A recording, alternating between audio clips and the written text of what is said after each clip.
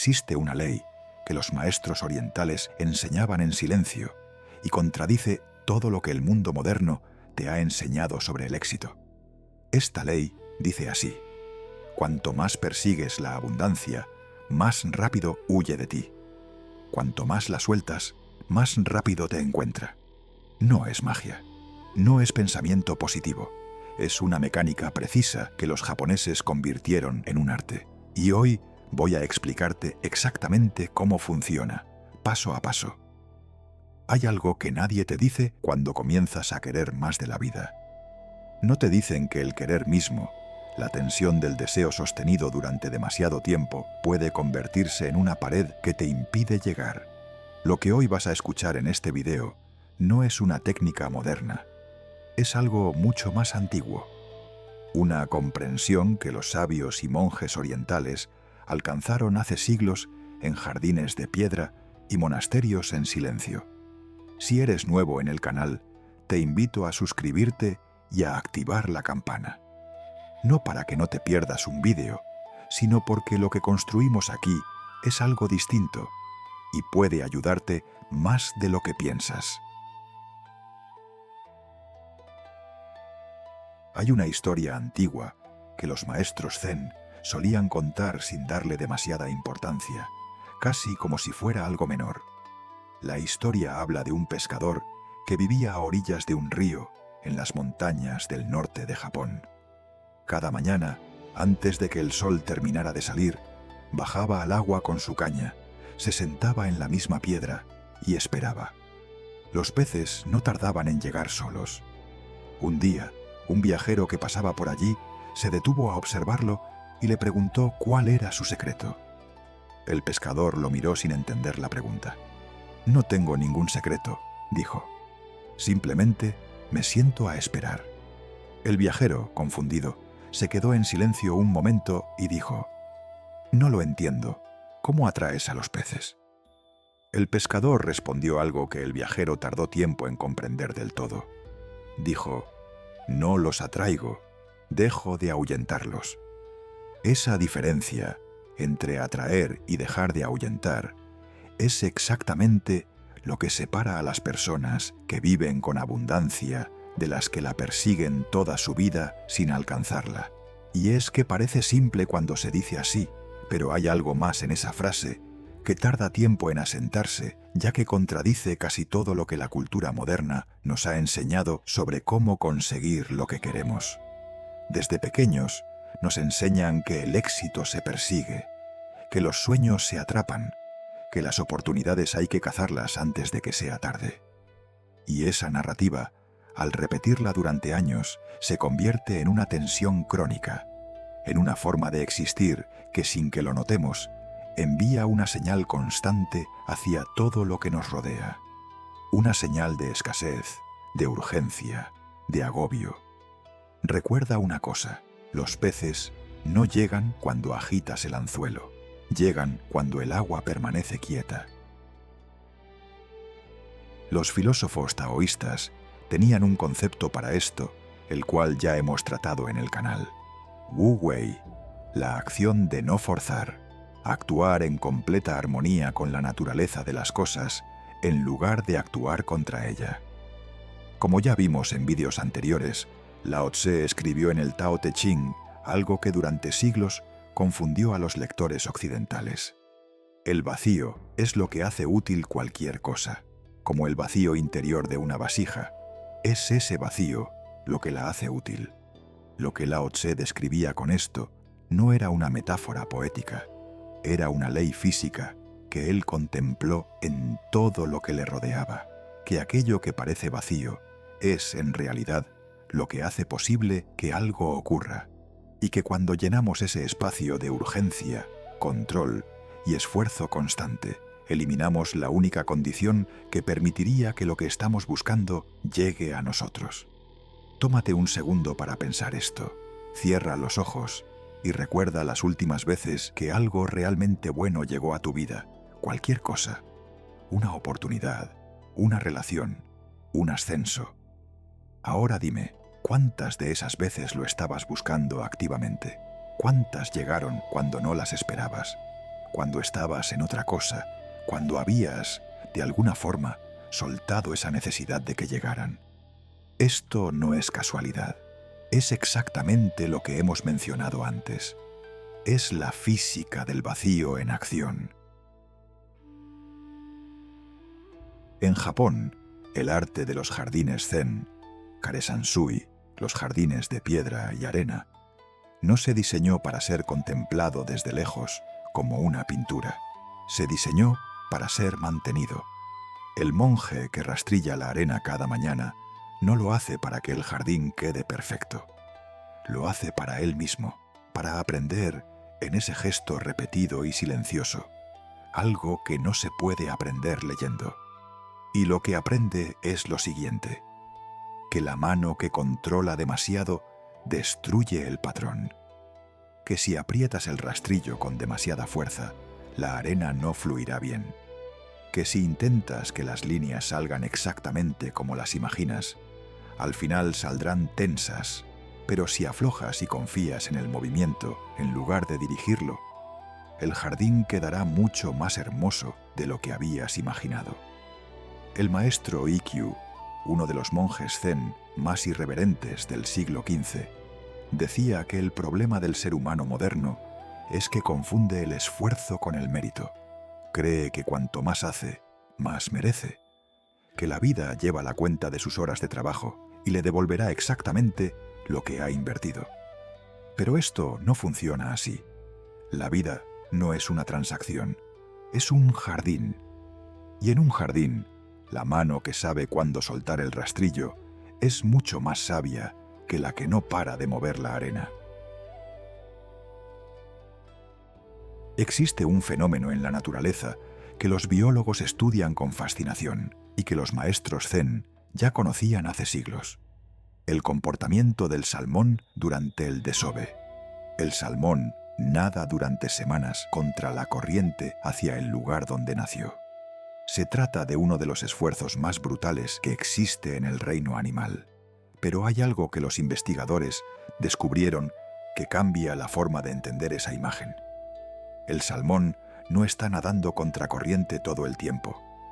Nada en diagonal, aprovechando los remolinos, las zonas de calma que se forman junto a las rocas, los momentos en que la corriente afloja.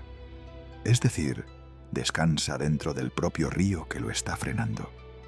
El salmón no ignora la corriente y tampoco lucha contra ella sin descanso. Solo la lee, la conoce y se mueve dentro de ella de una forma que gasta mucha menos energía de lo que parece. Y lo sorprendente es que llega igualmente a su destino. Esto es lo que los maestros orientales intentaban transmitir cuando hablaban de Wu Wei. Ni pasividad ni resignación, sino la inteligencia de moverse con la naturaleza de las cosas y no en contra. Fíjate en la gran diferencia entre el esfuerzo que agota y no lleva a ningún sitio y el esfuerzo que fluye y multiplica. Y ahora quiero hacerte dos preguntas para que la contestes en el silencio de tu mente. ¿En qué partes de tu vida estás nadando ahora mismo contra la corriente? ¿Y te has detenido alguna vez dentro de ese caos a buscar el remolino y las zonas en calma? La cultura del esfuerzo suele tender una trampa con gran destreza, y es tan común que casi nadie la ve porque casi todos están dentro de ella. La trampa funciona así. Te convences de que si no estás luchando, no estás avanzando. Si no sientes agobio, no estás construyendo nada. Que el dolor del esfuerzo es tu única prueba de saber que vas por buen camino. Y esa creencia, en pequeñas dosis, puede tener algo de verdad. El esfuerzo importa, la perseverancia importa. Nadie que haya conseguido algo significativo lo hizo sin pasar por momentos difíciles. Pero hay una diferencia muy grande entre el esfuerzo que surge de la claridad, del saber quién eres y hacia dónde vas, y el esfuerzo que surge del miedo a no ser suficiente, a quedarte atrás, miedo de sentir que si te detienes un solo momento, todo lo que has construido se derrumbará. Piénsalo, uno construye, el otro simplemente consume. Los monjes de los templos budistas japoneses tenían una práctica llamada Kinhin, la meditación caminando. En lugar de sentarse quietos, caminaban en círculos muy lentos alrededor del salón, con los ojos semicerrados y con un paso consciente y deliberado. Con esto aprendían a reconocer cuándo su mente estaba corriendo mientras su cuerpo andaba. Aprendían a notar la diferencia entre moverse y huir, porque eso es lo que hace la urgencia crónica. Te hace huir de un lugar que no existe hacia un destino que tampoco existe. Y mientras huyes, la vida, la real, la que estaba esperando, ocurre en el espacio que dejaste vacío.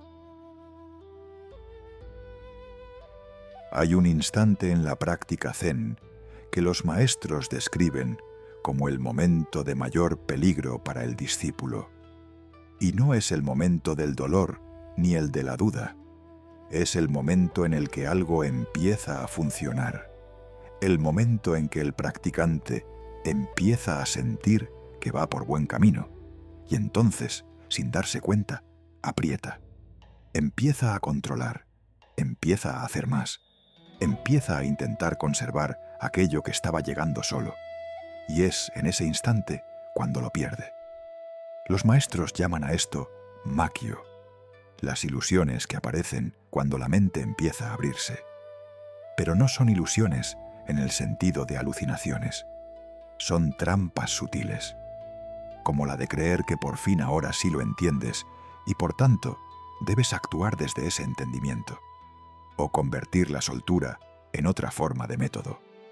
Y es que lo que los maestros intentaban enseñar es que la abundancia no es un estado que se alcanza, es un flujo. Y el flujo solo existe cuando no intentas pararlo. Esto no significa que no debas recibir lo que llega. Significa que no debes aferrarte a ello con tanto miedo a perderlo que olvides que tiene que seguir moviéndose para seguir siendo lo que es. En la tradición japonesa, el ciruelo es uno de los símbolos más profundos. No porque sea el árbol más hermoso, sino porque el ciruelo florece en pleno invierno, cuando el suelo está helado y los otros árboles llevan meses desnudos y quietos. Y lo hace sin urgencia. El maestro Dogen, el monje que fundó la escuela Soto del Zen japonés en el siglo XIII, escribía sobre los ciruelos con una ternura inusual para alguien de su severidad intelectual. Él decía que el ciruelo no decide cuándo florecer. Simplemente llega el momento en que ya no puede no hacerlo. Su flor no es un esfuerzo, es una consecuencia. Es el resultado inevitable de un árbol que ha vivido en armonía con su propia naturaleza durante el tiempo necesario. Y esa simple imagen encierra algo que vale la pena pensar durante unos segundos. La abundancia que más dura no es la que se consigue, es la que se convierte en consecuencia inevitable de lo que eres. Cuando una persona deja de perseguir lo que quiere y empieza a convertirse lentamente en alguien que naturalmente atrae lo que necesita, algo cambia. No de golpe, sino de una forma que, cuando empieza a llegar, le parece que siempre estuvo ahí, esperando a ser recibido. Hay personas que pasan décadas acumulando dinero, reconocimiento, seguridades, y aún así nunca sienten que tienen suficiente. En cambio, hay personas que tienen mucho menos en términos materiales, y sin embargo, viven con una calidad de presencia que los demás perciben sin saber exactamente qué es. Una forma de estar que no pide, que no teme, que simplemente es. Los japoneses llaman a esto ma, el espacio entre las cosas, la pausa entre dos notas que hace que la música sea música y no solo sonido, el silencio entre dos palabras que da peso a lo que se quiere decir. Ma no es ausencia, es una condición que permite que lo que realmente importa tenga lugar. Y quizás eso es lo que llevas tanto tiempo buscando sin saberlo. No más cosas, no más logros, no más velocidad, sino el espacio desde el que todo eso podría llegar sin que tuvieras que correr hacia ello. El espacio donde el pez llega al anzuelo quieto. El espacio donde el ciruelo florece sin pedirle permiso al invierno. El espacio donde el río sigue pasando porque nadie intentó detenerlo. Para terminar, como solemos hacer en casi todos los videos, dime si algo de lo que has escuchado hoy ha resonado contigo. No tienes que saber qué es todavía. A veces, algunas cosas no se entienden en el momento en que llegan. Se entienden días después, en medio de algo completamente distinto, cuando de repente algo encaja. Si este vídeo te ha abierto alguna pregunta, te invito a dejarla en los comentarios. En ocasiones, escribirla ya es parte de encontrar la respuesta. Muchas gracias por tu apoyo. Nos vemos en el próximo video.